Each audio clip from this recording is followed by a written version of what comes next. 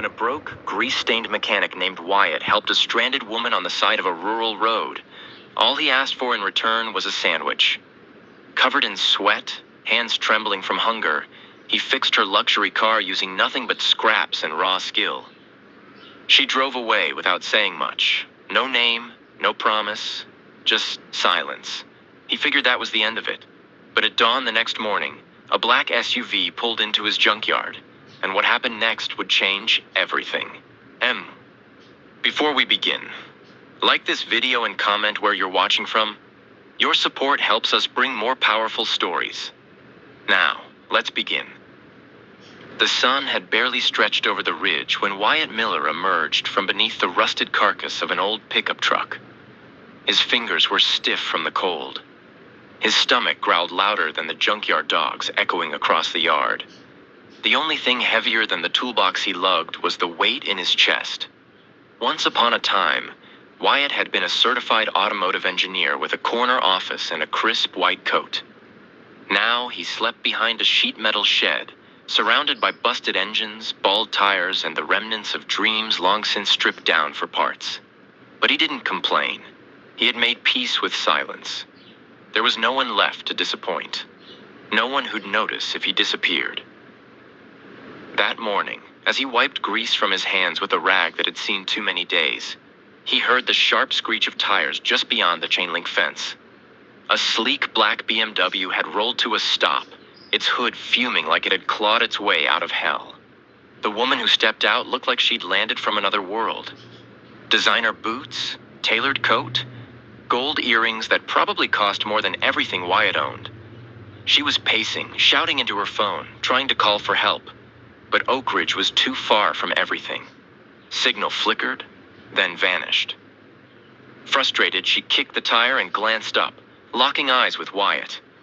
He stood just inside the gate, arms folded, saying nothing. He gave a single nod and motioned toward the hood. She hesitated. "You work here?"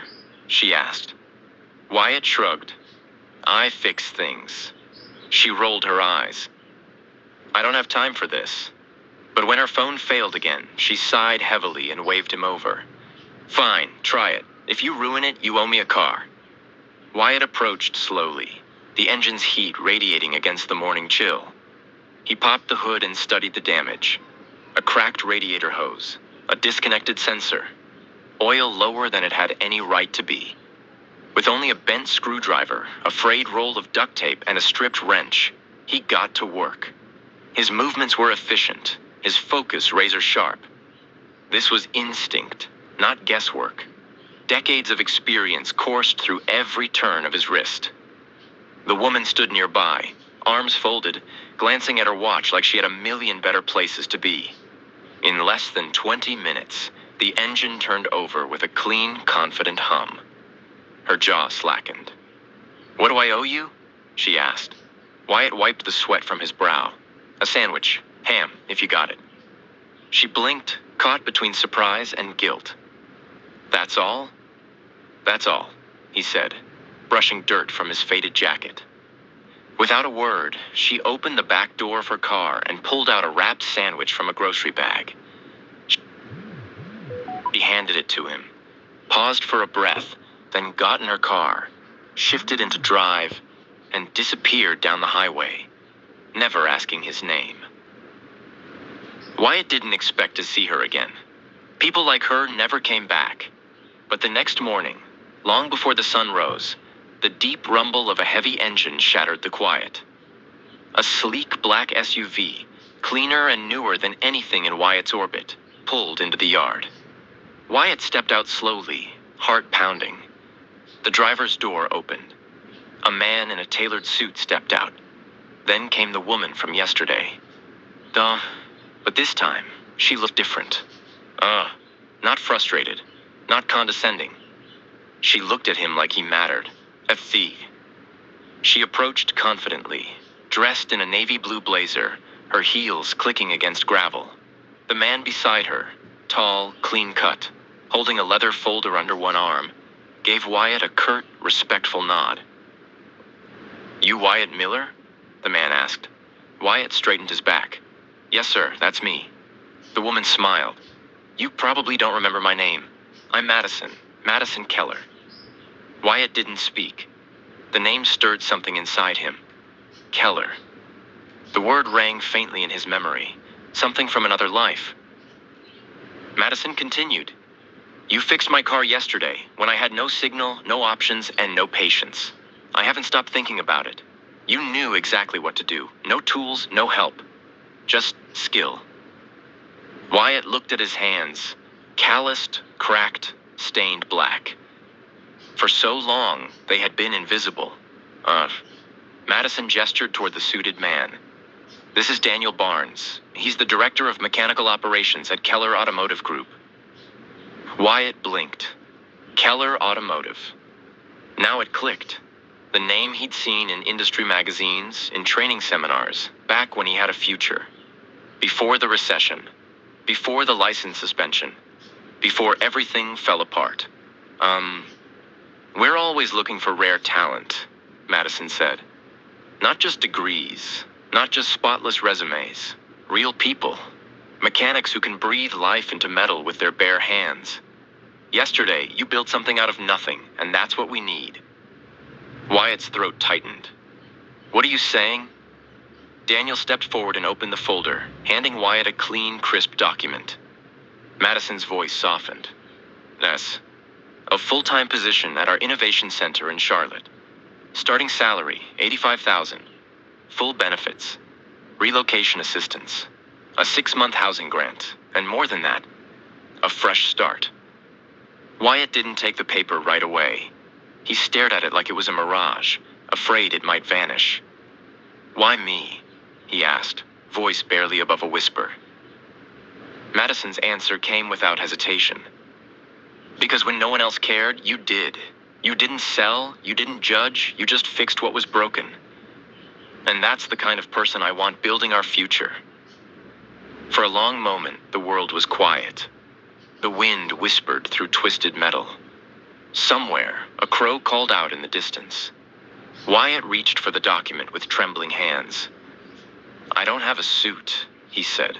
No car, no address. Madison smiled. You've got something better. Skill, integrity, and starting today, you've got support. As Wyatt read the offer, the words blurred behind tears he no longer tried to hide. It felt like the world had been holding its breath just for this moment. He looked at Madison and Daniel. Where do I sign? He took the pen, hands shaking, and signed his name slowly, deliberately, like carving hope into stone. And the moment the ink dried, it was as if years of rust and silence were scraped off his soul. Madison and Daniel exchanged a quiet nod. Come on, she said, stepping aside and motioning toward the SUV. We've got a place set up. Clothes, meals, everything you need is waiting. As Wyatt followed them across the gravel, the morning air sharp and sweet, he carried only one thing with him, the weight of a second chance. And this time, he wouldn't waste it. That night, after the applause had faded and the lights had dimmed, Wyatt stood alone on the balcony of his hotel room overlooking the Detroit skyline.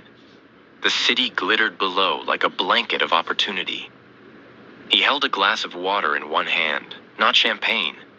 He didn't feel like celebrating, not in the way people expected. Instead, he stood quietly, letting the night air wrap around him like an old memory. In his pocket was a folded piece of cardboard, one of the scraps he used to scribble on back at the junkyard. Smudged grease stains still clung to the corners. On it was the rough first sketch of the engine that had just changed everything. He unfolded it carefully, eyes scanning the lines he had memorized long ago. It wasn't just a design. It was proof. Proof that every minute he had spent shivering beneath a rusted frame, every insult, every overlooked application, every sandwich begged for in trade, it all meant something now. The world hadn't handed him anything. He had carved his way back with grit, with scars, and with hands that never stopped building even when there was nothing left to build with. The next morning, Keller Automotive's internal announcement made it official. Wyatt Miller, Senior Innovation Architect, lead of the Keller Next Gen Powertrain Initiative, his name now printed beside words like patent pending and director. But Wyatt didn't hang around the corporate halls. Instead, he went back to the Innovation Center and walked the floor alone. The bay where he'd built his prototype was spotless now, everything put away in neat trays and labeled bins. But the whiteboard still had his handwriting faintly visible beneath a layer of dry erase. He smiled. It wasn't polished or pretty, but it worked, and that was all he had ever needed. That weekend, Wyatt asked for some time off. Not for rest, not for travel, but to go back. Madison arranged for a driver, but he refused. He took an old Keller utility van instead. No fanfare, no cameras, just him. 3 hours later, he pulled into the junkyard, the place where it had all started. The shed was still there, leaning slightly more than before. A few new dents in the fence, but otherwise untouched, forgotten, just like he had been. Wyatt stepped out of the van and walked the gravel path to the shed. Inside, the blanket was still wadded in the corner. The thermos, the cardboard, everything just as he had left it. He stood in the silence for a long moment. Then he crouched down and picked up a grease-smudged drawing, rolled it carefully, and tucked it into a tube he brought with him. It didn't belong here anymore. It belonged somewhere it could breathe. He walked the property, every step stirring old ghosts. The place wasn't a graveyard to him. It was a forge. It had beaten him, tested him, but never broken him. And now, standing in a faded flannel shirt and brand new boots, he wasn't just a survivor. He was a builder. And builders return to honor the ground they rose from. Before leaving, Wyatt spray painted something on the side of the metal gate. Not his name, just 3 words. Don't stop building. Then he got back in the van and drove off, gravel crunching beneath tires like applause in the distance. Months passed. The engine went into production. Keller saw record-breaking pre-orders. Media outlets ran profile after profile on the mystery man of mechanics. But Wyatt remained low profile, refusing interviews that wanted to make him a symbol. He wasn't interested in being a mascot. He was too busy working. He assembled a team of engineers, some fresh out of school, others retired and overlooked. People like he once was, people with passion in their veins and calluses on their hands. One of his first hires was a quiet woman who had been designing on paper towels while working nights at a gas station. Another was a veteran with PTSD who rebuilt motorcycles as therapy. Wyatt saw what others didn't, and for every voice that once told him he wasn't good enough, he now created space for voices that had never been heard at all. Keller's boardroom changed too. Daniel Barnes called it the Wyatt effect. Hiring practices shifted. Innovation wasn't just about degrees and tech buzzwords anymore. It was about people who could do the impossible with nothing. It was about resilience, about story, about soul. One day, months after the Detroit reveal, Madison asked Wyatt if he'd be willing to give a keynote speech at Keller's annual Innovation Summit. He declined at first. "I build," he said. "I don't talk." But eventually, after some gentle prodding, he agreed. On one condition. He wouldn't speak from a stage. He'd speak from the floor, among the prototypes, standing beside the engine that had started it all. On the day of the summit, the audience gathered around the bay as Wyatt stepped forward in his grease-stained uniform. No teleprompter, no prepared remarks, just a marker in his hand and the engine behind him. He looked out at the sea of polished shoes and fresh suits and said, "This started with a sandwich. That's all I asked for. Not because I was cheap, but because I was hungry. For food, yes, but more than that. For a reason to keep going." He tapped the engine lightly. "This is the result of every person who gets told they're not enough. Of every garage mechanic, every dropout, every dreamer with no credentials but more skill than they know what to do with. This wasn't made in a lab. It was made in a junkyard, built on nights with no heat, built while being invisible. And now, here it is, The future. The room was silent. Then a slow, thunderous applause erupted. Some stood, some wiped their eyes. Madison did both. That night, Wyatt returned to his apartment. He didn't celebrate. He didn't go out. He just sat at his workbench sketching again, because the engine was just the beginning. He had more ideas now. Not just for cars, for systems, for people, for rebuilding the way opportunity worked.